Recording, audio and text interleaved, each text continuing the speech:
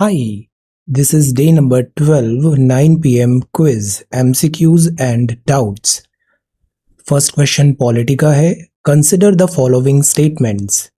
Parliamentary committees draw their authority from privileges of parliament members only.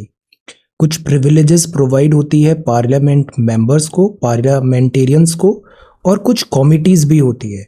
तो जो parliamentary committee होती है उनको अथॉरिटी कहाँ से मिलती है? जो पार्लियामेंट मेंबर हैं उनकी प्रिविलेजेस ओनली से या कुछ और एक्स्ट्रा अथॉरिटी भी है? Standing committee existence is uninterrupted and usually reconstituted on an annual basis. दो टाइप की कमिटी पढ़ी थी हमने, एक थी एडहॉक और एक थी से परमानेंट टाइप. तो जो स्टैंडिंग कमिटी है ये अनइंटरप्टेड होती है और ये इस एनुअल बेसिस पे फिर से रिकॉन्स्टिट्यूट कर दी जाती है. सो दैट इज वाई ये अनइंटरप्टेड होती है.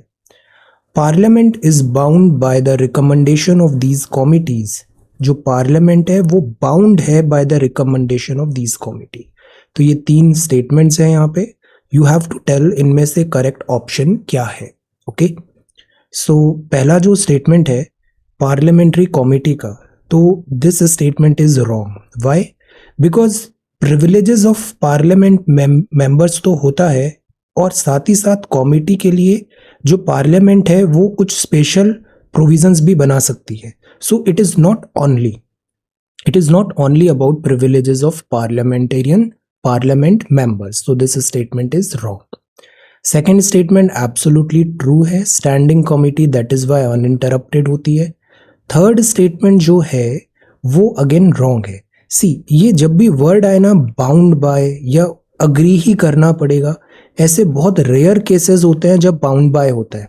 रेयर केसेस होते हैं, यूजुअली बाउंड बाय नहीं होता. जब भी एडवाइस वगैरह जाती है, इवन कैग एडवाइस दे रहा है समथिंग लाइक दैट, तो ये बाउंड नहीं होता है, यूजुअली बाउंड नहीं होता है मोस्ट ऑफ द केसेस में. सम केसेस में होता है बाउंड बाय, बट यहाँ जो ऐसी कमिटी है जैसे NHRC की भी रिपोर्ट्स या कुछ आती है वो बाउंड यूजुअली नहीं होता है. रेयर केसेस में होता है but most of the cases में बाउंड नहीं होता. तो ये कमिटी ने जैसे रिकमेंडेशन दिया, पार्लियामेंट इसको मान भी सकती है और नहीं भी मान सकती है. So the right answer is B. This is up C. Right answer B क्यों होगा? इस स्टेटमेंट को आपने पढ़ा, यहाँ क्या लिखा था? इनकरेक्ट. तो इनकरेक्ट क्या है? पहला इनकरेक्ट है और तीसरा भी इनकरेक्ट है. तो राइट आंसर क्या हो गया? बी. ऐसी मिस्टेक बिल्कुल नहीं होना चाहिए कि आपने इनकरेक्ट को पढ़ा नहीं. जहां भी नॉट इन लिखा है वहां पे तुरंत उसको एनसर्कल करो, ऐसे मिस्टेक नहीं होगी. Make it a habit. जहां नॉट दिख रहा है, नेगेटिव स्टेटमेंट दिख रहा है, incorrect, encircle it right away. Okay, so this is question number 1. अब ये क्वेश्चन नंबर 2 है. सेडिशन बहुत न्यूज में है, so consider these statements about the sedition law in country. Section 124A है, sedition is defined as any action that brings और attempts to bring hatred और contempt towards the government of India. तो कोई भी ऐसा action है जो hatred दिखा रहा है, डिस्टेबलाइज करने की कोशिश कर रहा है, तो वो सेडिशन में आ जाएगा, देशद्रोह type. Section 124A. It was first use to prosecute Bhagat Singh ji in 1931. 1962 में supreme court declared section 124A as unconstitutional in Kedarnath versus state of Bihar. तो दैट इज वाई अभी बात चल रही है कि 1962 था और अभी से कितना 70 साल हो गया है, तो इस चीज को हम 60 साल हो गया है, तो क्यों ना इस चीज को हम फिर से रिव्यू करें, रिविजिट करें कि हम 1962 के डिसीजन को 2022 तक कंटिन्यू कर रहे हैं. ये अभी डिबेट चल रहा था. So you have to tell इनमें से करेक्ट ऑप्शन क्या है. जो पहला स्टेटमेंट है, मोर और less this is true. Contempt हो जाता है, काइंड ऑफ सेडिशन लग जाता है अगर वो गवर्नमेंट डीएस्टेबलाइज हो रहा है या फिर गवर्नमेंट, या पॉलिटिकल पार्टी नहीं लिखा है, या गवर्नमेंट ऑफ इंडिया लिखा हुआ है. See, government of India. So this is true. ये ऐसा कोई भी एक्शन है, कोई भी पोस्ट है, कोई भी स्पीच है, वो सेक्शन 124A में सेडिशन के अंदर आएगा. ओके, और ये जो सेकेंड स्टेटमेंट है, तो भगत सिंह जी 1931, नो. ये स्टेटमेंट इससे पहले तिलक जी के अगेंस्ट भी लगाया गया था, गांधी जी के लिए भी हुआ था, और ये काफ़ी पुराना है. Like this is British archaic है ये जो है, this sedition 124A. So this statement is wrong. Then जो थर्ड स्टेटमेंट है यहाँ लिखा है Kedarnath Singh versus Bihar, state of Bihar, ये तो करेक्ट है, बट यहाँ कोर्ट ने कॉन्स्टिट्यूशनल बताया था। तो अभी ये बात चल रहा है कि 60 साल हो गए हैं, अभी कोर्ट ने तब कॉन्स्टिट्यूशनल बताया था। लेटेस्ट थी 2022 में सुप्रीम कोर्ट इसको कॉन्स्टिट्यूशनल बताती है या अनकॉन्स्टिट्यूशनल, बिगर बेंच में इसको रेफर किया जाए। तो अभी कोर्ट ने तो फिलहाल इस 124A को सस्पेंड, होल्ड पे भी रख दिया है, होल्ड पे रख दिया है। सो लेट अस सी अब डिसीजन क्या आता है। बट 62 में इसको अनकॉन्स्टिट्यूशनल नहीं, कॉन्स्टिट्यूशनल बताया था। अब यहाँ पे करेक्ट कोड पूछा हुआ है, so right answer will be 1 only, because this is wrong, this is also wrong, 1 only, D. all right, so 1 only. अब जो नेक्स्ट है वो है consider the following pairs case related issues. ये justice Puttaswamy case is very important, justice Puttaswamy case, because again ये भी बात आ जाता है डेटा कैसे हो, प्राइवेसी कैसे हो, like that. Suspension of habeas corpus इसने कहा था। मिनर्वा मिल्स केस ने harmonious balance between FR and DPSP कहा था। गोलकनाथ केस ने सुप्रीमेसी ऑफ फंडामेंटल राइट बताया था डीपीएसपी के ऊपर। तो आपको बताना है करेक्टली मैच्ड क्या होगा। जो गोलकनाथ केस है इसने सुप्रीमेसी बताई थी फंडामेंटल राइट्स की ओवर डीपीएसपी। पहले बड़ा डिबेट चलता था कि फंडामेंटल राइट बड़ा है या फिर डीपीएसपी, पहला किसको सुप्रीमेसी देना है। पहले ये था कि फंडामेंटल राइट्स को सुप्रीमेसी देना है, फिर बात आया डीपीएसपी भी तो इम्पॉर्टेंट है, फिर बात आया, फाइनली ये बात आया कि एक हारमोनियस बैलेंस होना चाहिए एफआर और डीपीएसपी में मिनर्वा मिल्स केस में। तो this is true, this is also true. Justice Puttaswamy case है सस्पेंशन ऑफ हेबियस कॉर्पस, इससे ये रिलेटेड है। सी एक्चुअली एडीएम जबलपुर भी एक केस हुआ था इमरजेंसी के टाइम पे, हेबियस कॉर्पस को सस्पेंड करने की बात थी। बाद में जो जस्टिस पुट्टा स्वामी केस था उसने इस डिसीजन को कहा था कि हेबियस कॉर्पस तो सस्पेंड हो ही नहीं सकता है। तो ये जो रिट्स होती है, ब्रिंग द बॉडी रिट्स, ये सस्पेंड नहीं हो सकता, रिलेटेड पूछा था। सो यहाँ पर जो करेक्ट आंसर होगा वो होगा डी। तीनों के तीनों करेक्ट है। This is true, this is true, this is true.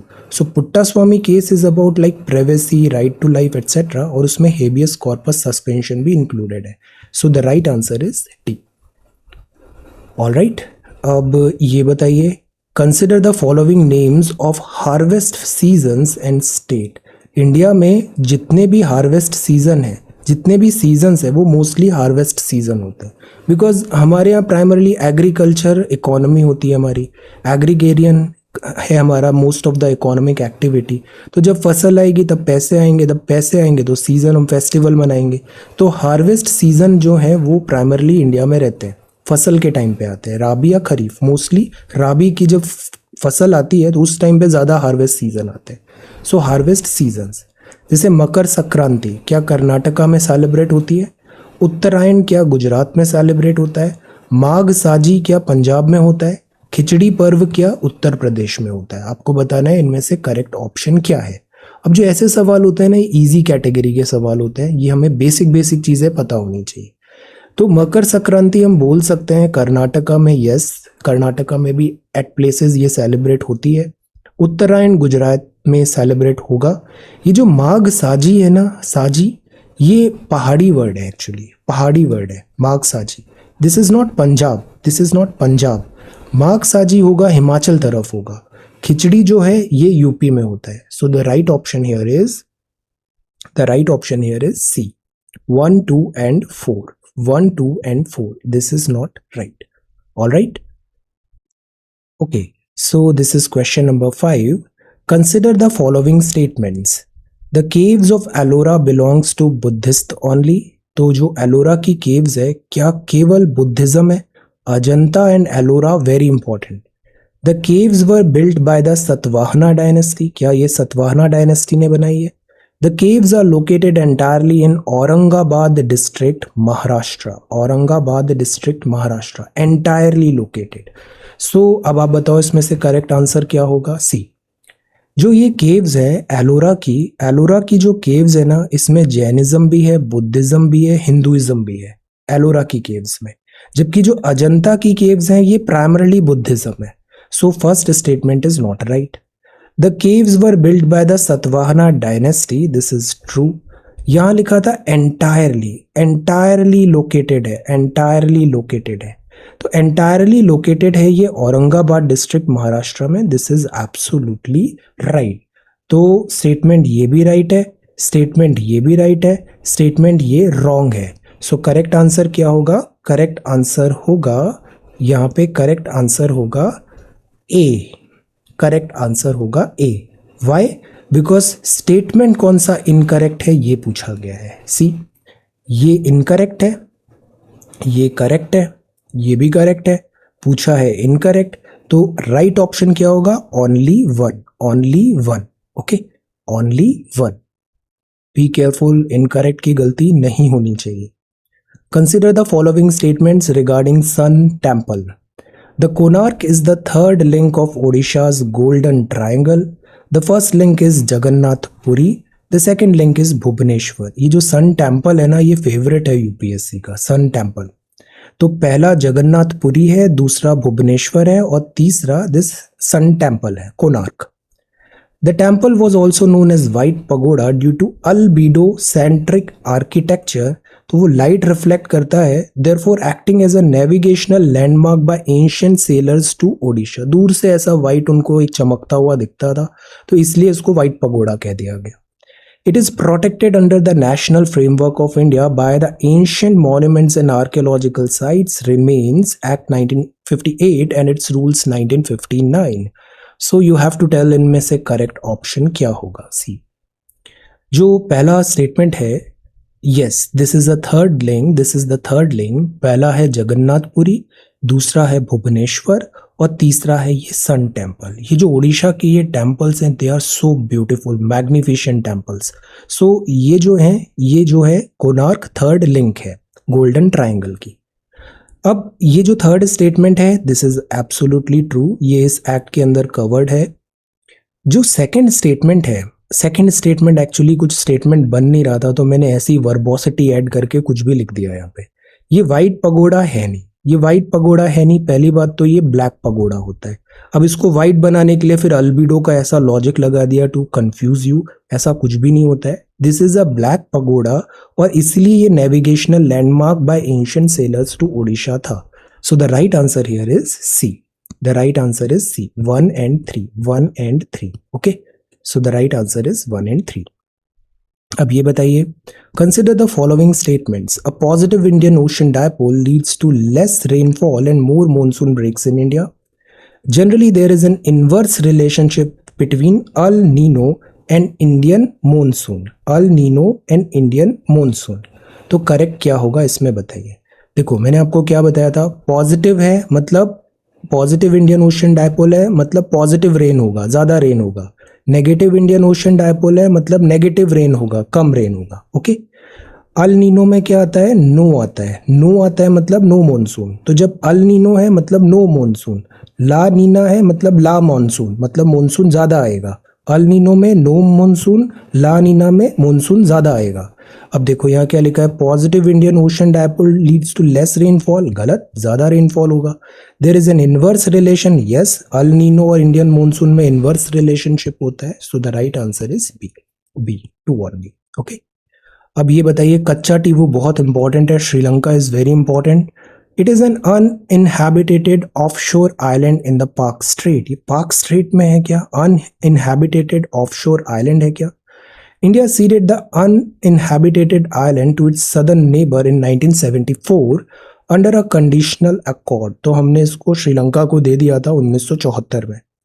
The central government of India, according to the 1974 accord, recognizes Sri Lanka's sovereignty over कच्चा टीवू। तो हम श्रीलंका की सोवेरेनिटी कच्चा टीवू आइलैंड पे रिकॉग्नाइज करते हैं। ये पूरा एरिया इंपॉर्टेंट है, इसका मैपिंग अच्छे से करिएगा। This India, Sri Lanka, Adam's Bridge और आसपास के जो भी मैपिंग है, पार्क स्ट्रेट एटसेट्रा। सो कच्चा टीवू के रिलेटेड अब कौन से स्टेटमेंट्स यहाँ पे ट्रू होंगे? तो यस, ये पार्क स्ट्रेट में है, बट क्या ये अनइनहैबिटेटेड ऑफशोर होगा? तो एक्चुअली इसको अनइनहैबिटेटेड बोलेंगे। वैसे फिशरमैन यहाँ पे जाते हैं, फिशिंग करते हैं, रेस्ट करते हैं, बट वो स्टे नहीं करते, वो वापस आ जाते हैं। तो ये अनइनहैबिटेटेड कैटेगरी में हम रख सकते हैं। तो ट्रू, सेकंड जो स्टेटमेंट है वो भी ट्रू है, कंडीशनल अकॉर्ड। थर्ड स्टेटमेंट है वो भी ट्रू है। So all of the above is the right option over here. Okay, अब ये बताइए, Patagonia desert is known for its aridity around the world. Patagonia desert है, एरिडिटी, एक्चुअली डेजर्ट की definition ही एरिडिटी होती है, टेम्परेचर नहीं होता, बिकॉज कोल्ड डेजर्ट भी होता है, हॉट डेजर्ट भी होता है। in this context which of the following is the main reason behind its aridity? Main reason क्या होगा बताइए। एरिडिटी के तो बहुत सारे रीजंस हो सकते हैं, जैसे कोल्ड करंट होता है, कोल्ड करंट होता है, और हमने ये भी पढ़ा था यहाँ पे कोल्ड करंट है, कौन सा, पेरूवियन करंट यहाँ पे बह रहा था। तो कोल्ड करंट है तो इसके कारण क्या होता है, स्टेबिलिटी एक्सेस हो जाती है, फिर वो बारिश नहीं होती लाइक दैट। तो cold current to its west, continentality हो जाती है, बहुत कॉन्टिनेंट में अंदर हो जाता है तो वहाँ बारिश रेन्स नहीं आ पाती। इक्वेटोरियल लोकेशन पे है तो इसलिए नहीं हो पाता। Mountain barrier to its west है। तो यू हैव टू टेल इनमें से करेक्ट ऑप्शन क्या है। वन बाय वन देखते हैं। जैसे ये है आपका this America, southern south America, this is south America. Okay, अब पहले तो आपको पैटागोनिया डेजर्ट पता होना चाहिए। पैटागोनिया डेजर्ट इस साइड है, इस साइड है, और यहाँ पे लिखा था टू इट्स वेस्ट, वेस्ट मतलब यहाँ पर है Peruvian current. Okay, but desert तो इस साइड है। यहाँ जो कोल्ड करंट है उससे ये एक डेजर्ट है यहाँ पे चिली के पास, वो कोल्ड हो जाता है, बट नॉट पैटागोनिया। सो पहला स्टेटमेंट रॉन्ग। कॉन्टिनेंटलिटी हम ये नहीं बोलेंगे, बिकॉज इधर तो ओशन की प्रॉक्सिमिटी कितनी पास हो गई है, ओशन की प्रॉक्सिमिटी यहाँ पे, तो नो, कॉन्टिनेंटलिटी यहाँ पे एग्जैक्ट रीजन नहीं हो सकता। इक्वेटोरियल होने का तो सवाल ही नहीं उठता, ये बड़ा साउथ में। Mountain barriers to its west, ये पूरा जो माउंटेन है, कौन सा माउंटेन है ये कौन सा माउंटेन है, ऊपर रॉकीज होता है, नीचे एंडीज होता है, तो दिस इज एंडीज। तो ये एंडीज माउंटेन है, इसके कारण क्या होता है, विंड्स यहाँ बैरियर हो जाती है। ये कौन सा साइड हो जाता है, माउंटेन के इस साइड रेन शेडो रीजन हो जाता है, रेन शेडो रीजन, तो यहाँ पे बारिश नहीं होती, तो उसके कारण एरिडिटी हो जाती है। So the right answer here is D. यहाँ पे क्या बोला था, सबसे मेन रीजन क्या हो सकता है, तो मेन रीजन हम इसको नहीं बोल सकते, ये तो होगा भी नहीं। मेन रीजन हम कॉन्टिनेंटलिटी को नहीं बोल सकते, मेन रीजन होगा mountain barrier to its west, Andes mountain. Okay, so the right answer here is D. बाकी देखो, ये एक मैप के थ्रू भी देख लेते हैं। ये यहाँ पे कहीं डेजर्ट हो रहा है, पैटागोनिया, ये रेन शेडो रीजन बन रहा है, because this is Andes mountain chain. ये जो अटाकामा डेजर्ट है, इसी मैं इसको बोल रहा था, ये अटाकामा डेजर्ट है, ये प्रिवेलिंग विंड है, ये प्रिवेलिंग विंड है, और यहाँ पर ऐसे पेरूवियन करंट भी यहाँ पे फ्लो होता है, Peruvian, el nino, la nina. So this is that.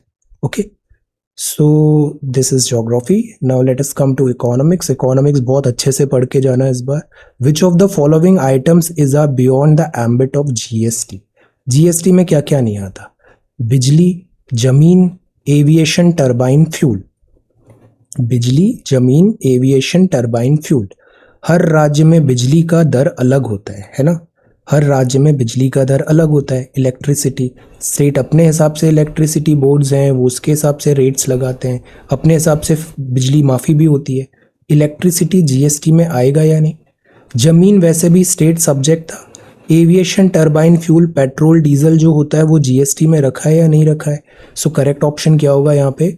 Electricity भी जीएसटी में नहीं है, देन लैंड भी जीएसटी में नहीं है, और एविएशन, टरबाइन, फ्यूल भी जीएसटी में नहीं है। So the right answer here is D, 1, 2 and 3। Okay, 1, 2 and 3। अब ये बताइए, in the context of market discipline in economics, liquidity coverage ratio is what?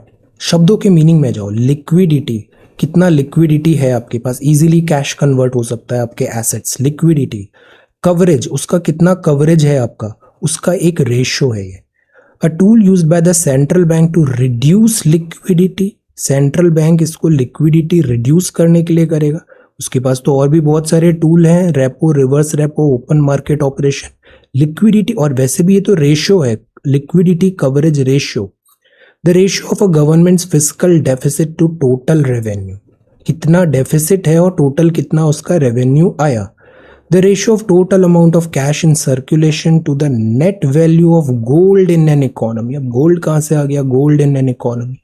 The stock of high quality liquid assets that financial institutions can use to withstand liquidity crisis. This is looking good कि आपके पास high quality liquidity assets कितने हैं, ताकि अगर financial institution को कोई problem आए liquidity का, तो ये हाई क्वालिटी लिक्विड एसेट्स कितना लिक्विडिटी को कवर कर पाएंगे, अगर क्राइसिस टाइम पे जो हुआ कवरेज कितना ज्यादा होगा, और उसका रेशियो हो गया. Sounds good. So this is the right option. Economics में ना कॉमन सेंस बड़ा काम आता है, बस उसको समझो क्या लिखा हुआ है. लिक्विडिटी कवर रेशो, क्राइसिस आ रहा है, लिक्विडिटी नहीं है, तो हमारे पास एक स्टॉक पाइल रखा है कि हम कितना उससे कवर कर पाएंगे, जैसे इंपोर्ट कवरेज होता है, लाइक दैट. तो लिक्विडिटी कवरेज रेशो डी. कुछ एक्स्ट्रा ऑर्डिनरी इकोनॉमिस्ट बनने की जरूरत नहीं है, बस वोकैबुलरी स्ट्रांग रखिए और जो लिखा हुआ है उसको अच्छे से पढ़िए और थोड़ा सा कॉमन सेंस लगाइए. इकोनॉमिक्स केक वॉक होता है. सो this is D. Consider the following statements. The repo rate is the rate at which Reserve Bank of India borrows from other bank. तो रेपो वो रेट होती है जिसपे आरबीआई बोरो करता है फ्रॉम अदर बैंक से. Obviously government securities etcetera collateral के behalf में करेगा. In the event of inflation central bank reduces the repo rate as this reduces the liquidity in the system. तो इन्फ्लेशन का तो हिसाब सिंपल है कि लिक्विडिटी हमको कम करना है सिस्टम में. लिक्विडिटी कम होगी तो इन्फ्लेशन टेम हो जाएगा. So you have to tell correct option क्या है. सी. जो पहला स्टेटमेंट है वो है in the event of inflation. Second statement repo rate कम कर रहा है, रेपो रेट कम कर रहा है, जबकि कुछ ही दिन पहले हमने पढ़ा आरबीआई रेपो रेट बढ़ा रहा है लिक्विडिटी कम करने के लिए. रेपो रेट कम होती है तो लिक्विडिटी बढ़ती है, रेपो रेट बढ़ती है तो लिक्विडिटी कम होती है, इनवर्स रिलेशन चलता है. सो 2 तो होने से रहा, तो सी गया और बी भी गया. बी एंड सी पॉसिबल नहीं है, 1 और डी 2 में से हो सकता है. Repo rate is the rate at which reserve bank of India borrows from other bank. अब एक होता है रेपो, दूसरा होता है रिवर्स रेपो. यहाँ ये दोनों स्टेटमेंट गलत है. लेट मी टेल यू ये क्या होता है. बड़ा अच्छा इन्फोग्राफिक है कि ये है. देखो रेपो और रिवर्स रेपो में मीनिंग समझते हैं. रेपो क्या होता है, ये वो रेट होती है जिसमें central bank lends money to other commercial bank of the country. Central bank पैसे देता है, government security lends, government security उनसे खरीद लेता है और उसके बदले में पैसे डिस्ट्रीब्यूट करता है. तो that is called repo. Rate at which the central bank पैसे दे रहा है to other commercial banks of the country. Reverse repo वो होता है जिसमें सेंट्रल बैंक बोरो कर रहा है money from the other commercial banks of the country. Repo reverse repo दोनों टेंडम में चलता है. जैसे ये 4.4 है, ये थोड़ा ज़्यादा हो जाएगा. तो द पॉइंट इज ये दोनों अगर साथ में बढ़ेगी साथ में कम होगी, यूजुअली टेंडम ऑपरेशन होता है. रेपो रेट अगर बढ़ रही है, जैसे अभी 4 से 4.4 कर दिया, तो अब इस 4.5% पे पैसा मिलेगा कमर्शियल बैंक को. रेट बढ़ गई ना, वो आसानी से पैसा मिलेगा नहीं. प्लस अब रिवर्स रेपो जैसे 4.8 कर दिया, तो अब बैंक्स को, दूसरे जो कमर्शियल बैंक्स हैं, वो अगर अपना पैसा आरबीआई को देंगे तो 4.8% का इंटरेस्ट मिलेगा, तो वो तो खुश हो जाएंगे, वो अपना सारा पैसा आरबीआई को देने लग जाएंगे. बट इन बिहाफ उनके पास लिक्विडिटी अब कम हो जाएगी, एक्सेस. तो आइडिया तो यही था कि बैंक की लिक्विडिटी कम करना है, कमर्शियल बैंक की लिक्विडिटी कम करना है. लिक्विडिटी कम करने के 2 तरीके हो सकते हैं. उनको पैसा कम दो, इजीली पैसा मत दो, और उनके पास जो पैसा रखा है उसको उनसे स्क्वीज़ कर दो. तो रेपो रेट भी बढ़ा देते हैं ताकि उनको आसानी से पैसा नहीं मिले, रिवर्स रेपो रेट भी बढ़ा देते हैं ताकि उनको लालच आ जाए, वो अपना सारा पैसा आरबीआई को दे दे. तो इस तरीके से लिक्विडिटी कम हो जाती है. बाकी रेपो रेट जैसे उस टाइम पे 6.5 रहा होगा, रिवर्स रेपो रेट इतना 6.25 था. ओके, अब देखो ये 6.25 है. देखो ये कम होता है. रिवर्स रेपो रेट रेपो से कम है, क्योंकि रिवर्स रेपो रेट क्या है, सेंट्रल बैंक बोरो कर रहा है. सेंट्रल बैंक कभी भी ज़्यादा रेट पे बोरो तो करेगा नहीं ना. तो ये जो होता है रेपो ज़्यादा होता है, रिवर्स रेपो कम होता है. देखो ये 6.5 था तो ये 6.25 था. बट द पॉइंट इज़ ये दोनों टेंडम में चलते हैं, साथ में बढ़ते हैं, साथ में कम होते हैं. अब जैसे रेपो रेट बढ़ा तो अब उनको कॉस्ट बढ़ जाएगा पैसे लेने का बैंक को, तो उससे लिक्विडिटी कम हो जाएगी. रिवर्स रेपो रेट भी बढ़ा तो अब वो ज़्यादा पैसा कमर्शियल बैंक, प्रॉफिट उन्हें नज़र आएगा, आरबीआई को पैसा दे देंगे वो अपना. तो repo rate reverse repo rate दोनों बढ़ते हैं मतलब लिक्विडिटी कम करनी है, घटते हैं मतलब लिक्विडिटी बढ़ानी है. तो इन्फ्लेशन को ऐसे हम टेम करते हैं. ओके, इसको भी मैं सेपरेटली अभी शेयर कर दूंगा. तो the answer here is D. ये दोनों के दोनों गलत है. अब ये बताइए, I flows in the news recently related to which country. I flows हमेशा शब्दों के मीनिंग में देखना चाहिए। फ्लो क्या होता है? फ्लो मतलब कुछ बहाव टाइप हो रहा है, हिंदी शब्द है बहाव, खूब ज़्यादा लाइक पानी का बहाव आ गया, बाढ़ आ गई, समथिंग लाइक दैट। किस शहर में बाढ़ आती है? नोटोरियस है जो शहर जिसका सी लेवल बहुत कम है और जहाँ पे लाइक आर्काइक ड्रेनेज सिस्टम है, तो वो है शहर Mumbai. So I flows is Mumbai answer is A. Okay, consider the following statement about NATGRID. तो ये काउंटर टेररिज्म मेजर है that collects data which will be accessible for professional investigation into suspected cases of terrorism. तो एक national grid है, सारे type का data एक जगह सेंट्रलाइज्ड यहाँ पे मिलने की बात है, काउंटर टेररिज्म है। Personal information from tax and bank account details, credit card transaction, visa, immigration record, ये सब एक्सेस हो सकते हैं यूजिंग नेट ग्रिड। तो अब बताओ इनमें से करेक्ट ऑप्शन क्या होगा? तो जो करेक्ट ऑप्शन है वो सी है। यस, दोनों करेक्ट हैं, ये भी ट्रू है और ये सेकंड जो है वो भी ट्रू है। So the right answer here is C. All right, अब ये बताइए, consider the following statements. Pegasus is a spyware.